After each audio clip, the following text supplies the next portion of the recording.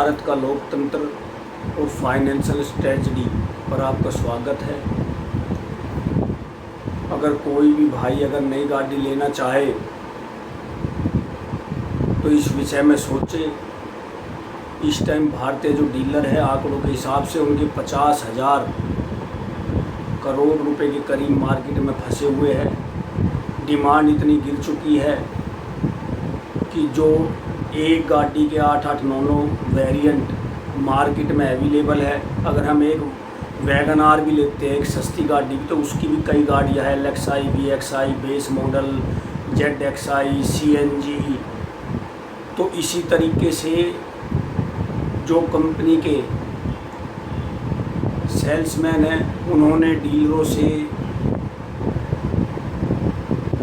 सभी कंपनियां आती है इसमें, जितनी भी कंपनियां हैं, उन्होंने सेल्समैनों ने खेल खेला डीलरों के साथ। उनसे डीलरों को गाड़ियां दी गई और जब वे गाड़ियां ना बिकी तो डीलरों ने सोचा कि त्यौहार आएगा तब बिकेगी, तब भी नहीं निकाल पाए। तो फिर उन्होंने सोचा कि नया साल आएगा तब बिकेगी, तब भी नहीं निकाल पाए।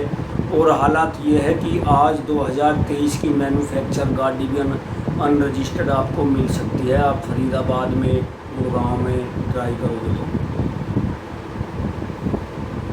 और कंपनी ने, डीलर भी चाहता तो इस गाड़ी को सस्ती बेच सकता था, परंतु डीलर की गाड़ी सस्ता बेचने से कंपनी के शेयर मार्केट पर, कंपनी के नाम पर धब्बा लगता है। इसलिए कंपनी आउटसोर्सिंग से अपनी एक अलग टीम रखती है जो डीलरों पर निगाह रखे कि ये गाड़ियाँ सस्ती ना बेच पाए और हमारी कंपनी पर बट्टा ना लगे। तो कंपनी के सेल्स मैनेजर ने डीलरों से मिलके क्या कहा कि आप लाख रुपए तक की छूट दो, 2 लाख तक की हम आपको बेनिफिट कराएंगे। और सेकंड हैंड मार्केट में भी नई गाड़ियों को उतार दिया गया है, क्योंकि गाड़ी रजिस्टर्ड तब होती है फर्स्ट पार्टी के नाम पर जब वो RTO से उसे रजिस्टर करवाता है, वहाँ लिखवाता है कि किसके नाम। तो जैसे किसी गाड़ी की 500 लोड बची हुई है तो उस गाड़ी को किसी एक बिजनेसमैन ने या एक डीलर ने उसको ख़रीद लिया। जो 40 लाख की गाड़ी है वो 20 लाख में बेच दी गई और उस जिसने उसको ख़रीदा अनरजिस्टर्ड गाड़ी को, वही गाड़ी को उसने 29 लाख में आगे बेच दिया। और जिसने 40 लाख की वो गाड़ी खरीदी थी कंपनी से और उसका पड़ोसी उसी गाड़ी को 29 लाख में लेकर आता है तो उसको बड़ा चुभता है ये बात। ऐसे चाहे किसी भी कंपनी की ज़्यादातर महंगी गाड़ियों पर तो इस टाइम बहुत ज़्यादा डिस्काउंट, और सस्ती गाड़ियों पर चाहे वैगन आर हो, चाहे आपकी डस्टर हो, महिंद्रा हो, टाटा सफारी हो,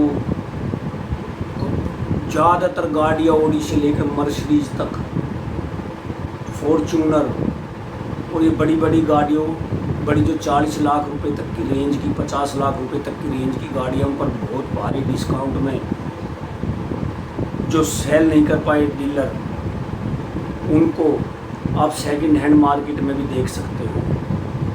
और वो आपको अच्छा ऑफ़र दे रहे हैं। आप उनके साथ नेगोशिएशन करोगे तो जो कोई 10 लाख की गाड़ी है वो आपको 7 लाख में भी है, 6 लाख में भी, 8 लाख में भी मिल सकती है। ये हमारे ऊपर निर्भर करता है कि हम उनसे कैसे बात करें। और वे सारी गाड़ियाँ आप YouTube चैनल पे जाकर देखते हो, अनरजिस्टर्ड गाड़ियों का काफ़ी साइड मिल जाएगी आपको, जो आपको छूट के साथ कोई 6 लाख की छूट दे रखी है, किसी ने 4 लाख की छूट दे रखी है, किसी ने 2 लाख की छूट दे रखी है, मार्केट में मिल रही है। इसमें जैसे मैं अगर 2024 की मैन्युफैक्चर गाड़ी ख़रीदने जाऊंगा तो अगर वो पेट्रोल में है तो मेरे को, जब मैं उसको ख़रीदूंगा तो मेरे को सारी सुविधाएं दी जाएगी कंपनी की तरफ से, फ्री सर्विस, वारंटी और 15 साल का टाइम, क्योंकि रजिस्टर्ड वो वैलिडिटी अब मानी जाएगी, रजिस्टर्ड वो अब होगी। वो कंपनी के नाम से ही रजिस्टर है अब तक उसके पास।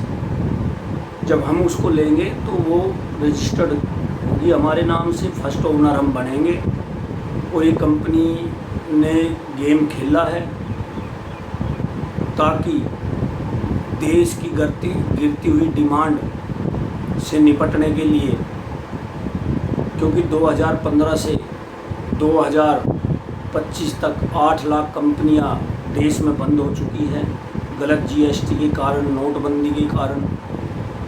और अब अपनी साख को बचाने के लिए कंपनियां ये ऑफ़र ला रही है 2023-24 की जो गाड़ियां बची हुई है और जो 25 की शुरुआत की जो गाड़ियां बची हुई है उनको सेकंड हैंड मार्केट से भी अब आप खरीद सकते हो।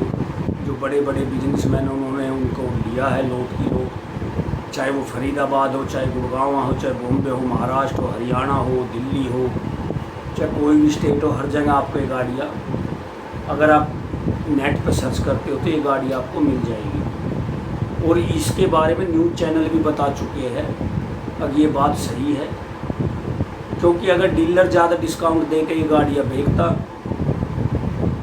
तो इससे इन्फॉर्मेशन जाती अदर कंट्री में भी और पूरे देश में कि इस कंपनी की गाड़ियाँ बिक नहीं रही, जिससे उस पर संदेह पैदा होता, उसके शेयर मार्केट की वैल्यू गिरती और कंपनी की साख गिरती।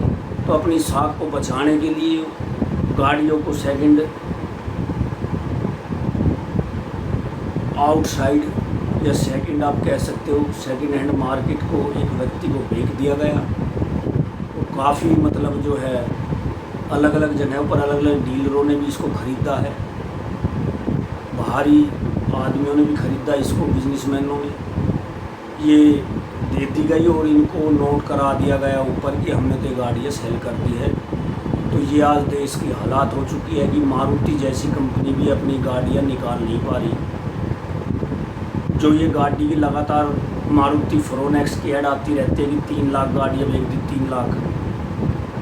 ये गाड़ी भी आपको सेकेंड हैंड मार्केट में 2 लाख की छूट के साथ, 3 लाख की छूट के साथ ZXi, VXi ऑटोमेटिक मिल जाएगी। इस समय अगर मार्केट में एक सबसे ज़्यादा गाड़ी बिक रही है तो वो है टाटा की पंच। ये गाड़ी निकल रही ना, टाटा के भी काफ़ी वेरिएंट है जो नहीं बिक पाए और जो खड़े के खड़े रह गए। तो आप गाड़ी लो तो सोच समझ के लो, देख के लो, क्योंकि डीलर कभी नहीं कहेगा कि ये गाड़ियाँ मतलब जो नहीं बिक रही है, वो तो यही कहेगा कि भाई लेटेस्ट टेक्नोलॉजी ये है वो है, जबकि देश की मार्केट का बुरा हाल है। और जब देश की मार्केट गिरती है तो इससे करोड़ों आदमी का रोजगार गिरता है। अर्थव्यवस्था का कई बार अर्नब गोस्वामी ने इस्तीफा दिया, फिर दूसरा इन्होंने गवर्नर बनाया उसने इस्तीफा दिया, बार बार कोई ना कोई इस्तीफा देता जा रहा है। अब एकदम धनखड़ जी का उपराष्ट्रपति का इस्तीफा हो गया, कभी बैंक गवर्नर का मैंने अभी बताया, काफ़ी मिनिस्टरों ने इस्तीफा दे दिया है, उसकी लिस्ट भी मैं आपको दे दूंगा। तो इसका यही है कि मोदी सरकार, बीजेपी सरकार अपनी आर्थिक नीतियों के कारण फैल हुई है, चाहे उसमें नोटबंदी हो, चाहे उसमें गलत जीएसटी हो, पहले भी मैं बता चुका हूँ, चाहे उसमें हमारी निर्मला सीतारमण है इनकी गलत नीतियाँ हो, वित्तीय गलत नीतियों के कारण, चाहे हमारा शेयर मार्केट हो, उसमें भी इस दिन पहली बार बवाल मचा था। जो माधवीपुरी थी उसका भी लिंक, उसका आदमी था जो लिंक हमने पहले वीडियो डाली थी, ये बता दिया था कि कैसे उन्होंने शेयर मार्केट को जो है शेयर मार्केट में जो पैसा लगा था उसके साथ कैसे उन्होंने गलत किया, किस कंपनी को उन्होंने फ़ायदा पहुंचाया। और अब भी शेयर मार्केट में अभी ताज़ा एक अमेरिका की कंपनी थी, उसका भी वीडियो मैंने डाला था कि वो 30,000 करोड़ की चपेट लगा के इंडिया से चली गई, जो हमारे देश के नागरिकों का था, हमारे देश की जनता का था। और सेबी की आंखें नहीं खुली, बाद में सेबी को पता चला तो उसको बैन कर दिया था। अब जब वो 30,000 करोड़ की चपत लगा कर निकल ही चुकी है डॉलर की, तो क्या अब उसका क्या करोगे? क्या अमेरिका से आप उसको बुला सकते हो, उस पर केस कर सकते हो?